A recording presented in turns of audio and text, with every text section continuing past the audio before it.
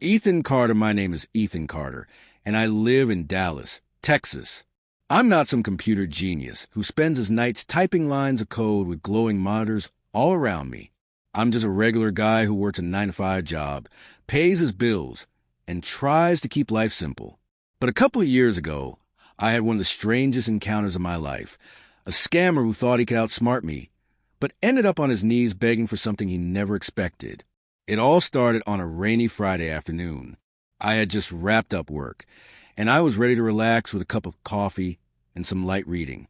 Out of nowhere, my phone buzzed with a number I didn't recognize. Usually, I ignore unknown numbers, but for some reason, I answered. "Hello, Mr. Carter?" The voice on the other end said. It had that unmistakable accent you hear from call centers overseas. "Yes." I replied cautiously. "This is the Microsoft Security Department." The man said, sounding very official, "We have detected a serious problem with your computer.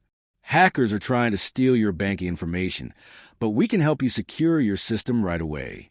I had heard about these scams before. They prey on older people, folks who aren't tech savvy, and anyone who gets scared by the word hackers. Normally, I would have hung up instantly, but something in me snapped that day. I thought, why not have some fun? I played along.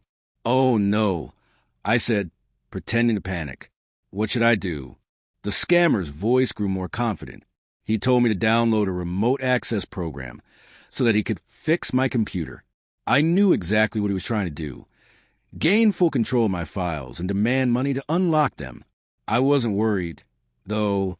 I had a spare laptop, one I used for testing things. No important files, nothing personal. Just a playground for moments like this. I booted it up, installed the program, and let the scammer connect. "There you go, sir," he said smugly. "Now you can see we are working to protect you."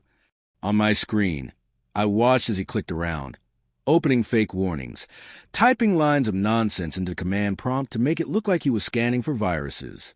I almost laughed, but I stayed quiet. After a few minutes, he got serious. "Sir, your system is heavily infected. We can fix this, but it will require a premium security license. You must pay $499 immediately, or else hackers will steal your banking password tonight." I pretended to gasp. That sounds terrible, but what if I don't have that kind of money? "Then, sir," he said coldly, "you will lose everything. All your files, your bank access, your emails, everything will be gone." That's when I decided to turn the tables. See, what the scammer didn't know was that my decoy laptop had a little trick installed, a program that let me reverse connections. While he thought he was inside my system, I was quietly slipping into his desktop appeared before me like an open book. I saw folders labeled leads, scripts, payments, and this one made me smile, victims. I clicked open the victims folder. Inside were spreadsheets full of names, phone numbers, addresses, and notes about people they had scammed. My blood boiled. These were innocent people who had lost hundreds, maybe thousands, to these crooks. But then I noticed another folder, personal. I opened it.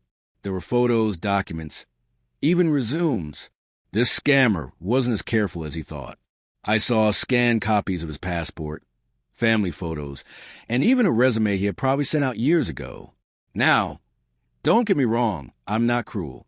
I wasn't about to ruin someone's life for fun, but I wanted to teach him a lesson he wouldn't forget.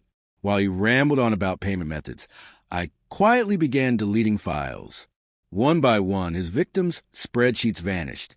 Then his scripts, the ones he read off during calls, gone. Finally, I started moving into his personal folder. "Sir, are you ready to make the payment?" he asked. "Oh, I'm ready," I said calmly, sipping my coffee. "But tell me something. How does it feel to lose everything you've worked for?" There was a pause. "What are you talking about?" I chuckled. "Check your files." I could hear frantic clicking on his end. The confidence in his voice vanished. Wait. No. What did you do? Where are my files?" "Oh, those," I said casually. "They're gone, just like you threatened to do to me." His voice rose in panic. "Please, no. Those files are important. I need them. Please don't do this.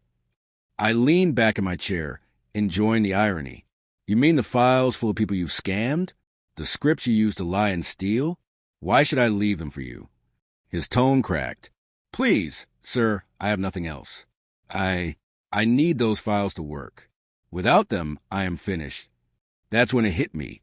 This scammer wasn't some mastermind living in luxury. He was desperate, clinging to the only job he knew.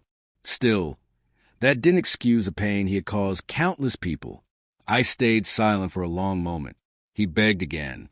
Please, I will do anything. Just give them back. Finally, I spoke. No, you don't get to steal from people and expect mercy. Consider this justice. And with one final keystroke, I wiped everything clean. His system was empty. The sound that came from his end was unforgettable. A choked sob, like someone realizing their world had crumbled. He begged again, but I ended the call. For a moment, I sat there, sipping my coffee, listening to the rain outside. A strange calm washed over me. I hadn't just protected myself. I had avenged countless victims. But the story didn't end there. A week later, I got an email. It was from the scammer. Somehow, he had my address from the initial call. His message was desperate.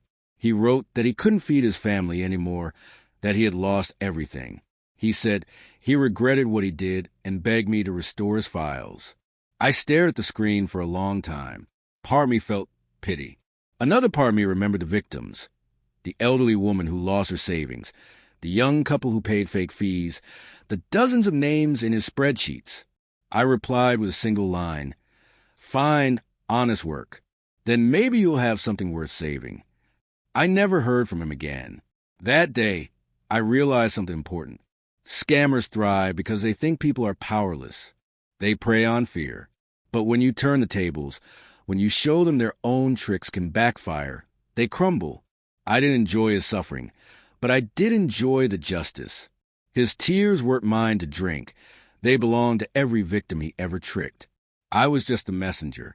And if he truly learned his lesson, maybe, just maybe, he'd start fresh. Because sometimes the only way to stop a thief is to take away the very thing they treasure most.